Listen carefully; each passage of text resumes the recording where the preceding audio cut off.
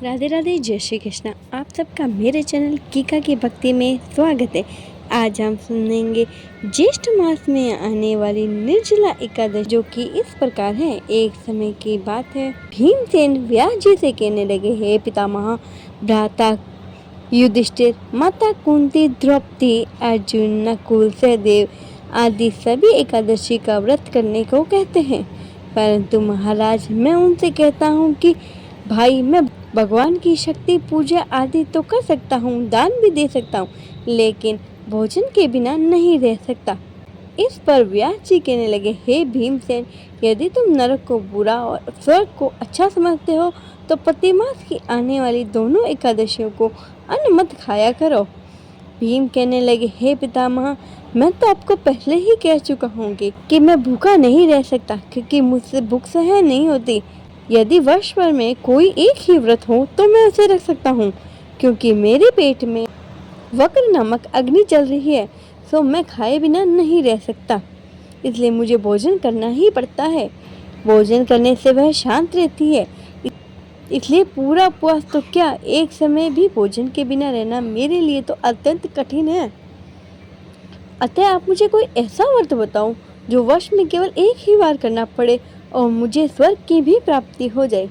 तब श्री व्यास जी कहने लगे, हे पुत्र, बड़े बड़े ऋषियों ने बहुत शास्त्र आदि बनाए हैं, जिसे बिना धन के थोड़े परिश्रम से ही स्वर्ग की प्राप्ति होती है। इस प्रकार शास्त्रों में दोनों पक्षों की एकादशी का व्रत मुक्ति प्रदान करने के लिए किया जाता है।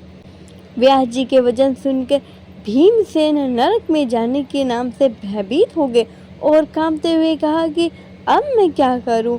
मास में 2 व्रत तो क्या, मैं तो एक भी नहीं कर सकता। हाँ, पूरे साल में कोई एक व्रत हो तो मैं उसे अवश्य कर सकता हूँ। इसलिए आप मुझे मेरी मुक्ति के लिए कोई ऐसा व्रत बताओ जो कि साल में एक ही बार आए।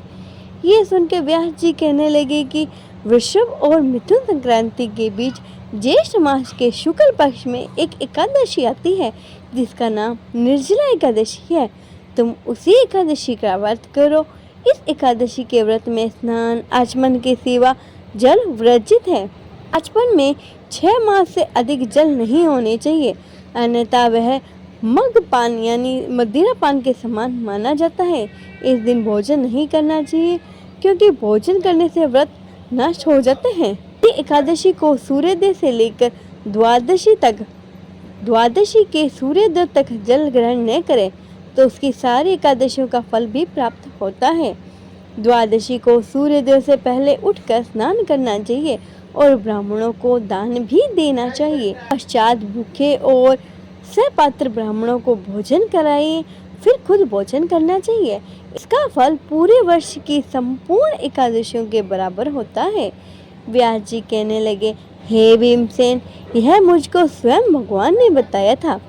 इस एकादशी का पुण्य समस्त तीर्थों और दान के बराबर है।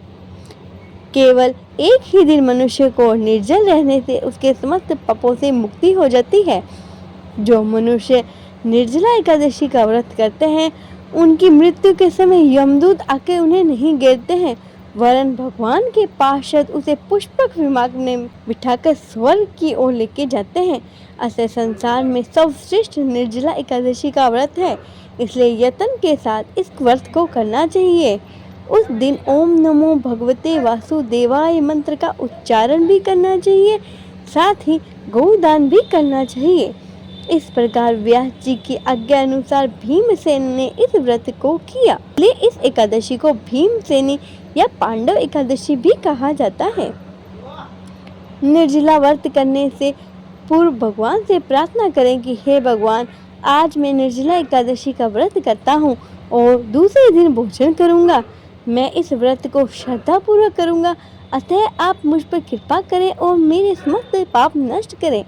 इस दिन जल से भरा हुआ एक घड़ा वस्त्र से ढककर स्वर्ण सहित दान करना चाहिए।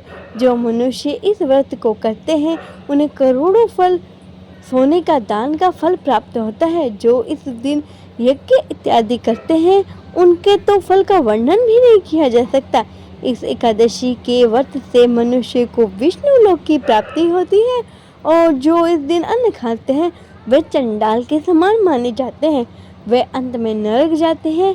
जिसने निर्जला एकादशी का व्रत किया, वह चाहे ब्रह्म हत्यारा हो, मांस मच्छी खाने वाला हो, चोरी की हो या गुरु के साथ द्वेष किया हो, वह सब इस व्रत के प्रभाव से मुक्त हो जाते हैं और वह स्वर्ग की ओर जाते हैं। इसलिए हे कुंती पुत्र, जो पुरुष स्त्री श्रद्धा पूर्वक इस व्रत को करते हैं, उन्हें ये कर्म जरूर करने चाहिए। सबसे पहले भगवान का पूजन और फिर गौदान और ब्राह्मणों को मिष्ठान दक्षिणा आदि देनी चाहिए तथा जल से भरे कलश का दान भी अवश्य करना चाहिए। निर्जला एकादशी के दिन अन्न वस्त्र उपहार आदि का भी दान करना चाहिए। जो मनुष्य भक्ति पूर्वक इस कथा को पढ़ते हैं, सुनते हैं, उन्हें निश्चय ही स्वर्ग की प्राप्ति होती है।